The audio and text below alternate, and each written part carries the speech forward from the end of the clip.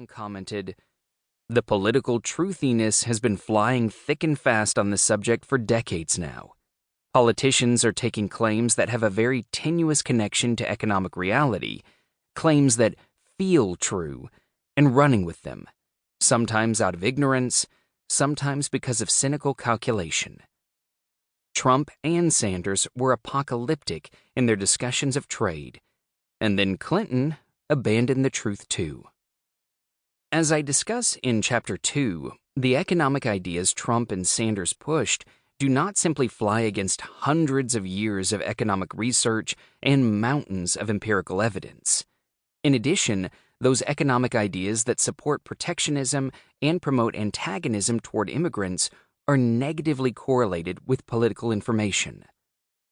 On average, high information voters, regardless of their background demographics or their background political affiliation, support free trade and increased immigration.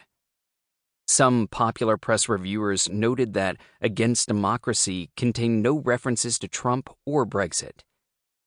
When I turned in the final manuscript, Trump was gaining a lead, but he was not yet the nominee.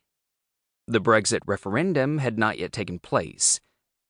I did not expect either of these developments. Against Democracy is not a response to Trump or Brexit, though both illustrate my worries. My criticisms of democracy are based on long-standing, systematic empirical trends. About 65 years ago, we started measuring how much voters know. The results were depressing then, and they are depressing now. For as long as we've been measuring, the mean, model, and median voters have been misinformed or ignorant about basic political information. They have known even less about more advanced social scientific knowledge.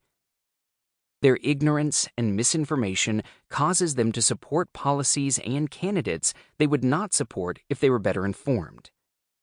As a result, we get suboptimal and sometimes quite bad political outcomes.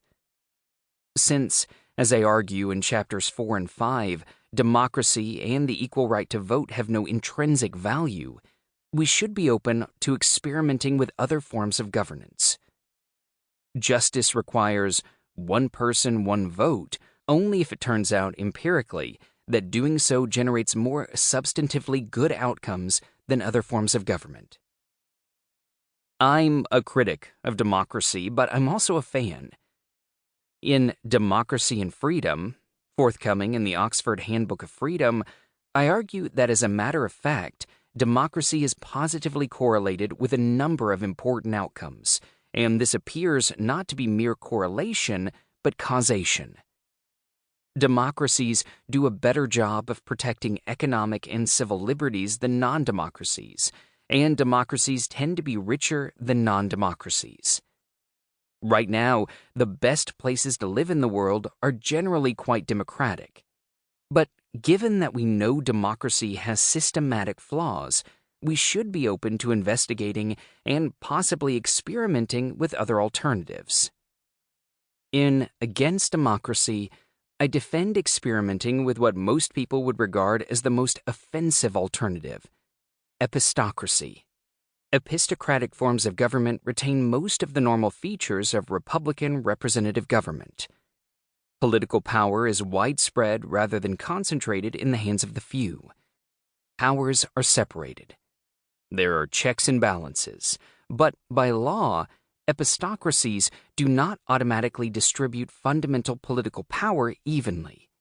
Rather, by law, in some way or other, more competent or knowledgeable citizens have slightly more political power than less competent or knowledgeable citizens. In Chapter 1, I introduce 3 models of voter behavior. Hobbits are low-information citizens with low interest and low levels of participation in politics. Hobbits generally have unstable or only weak ideological commitments. In contrast, hooligans are higher information citizens who have strong commitments to politics and to their political identity. They are beset by cognitive biases, such as confirmation bias or intergroup bias. For them, politics is largely a team sport. I forgot to acknowledge Drew Stonebreaker.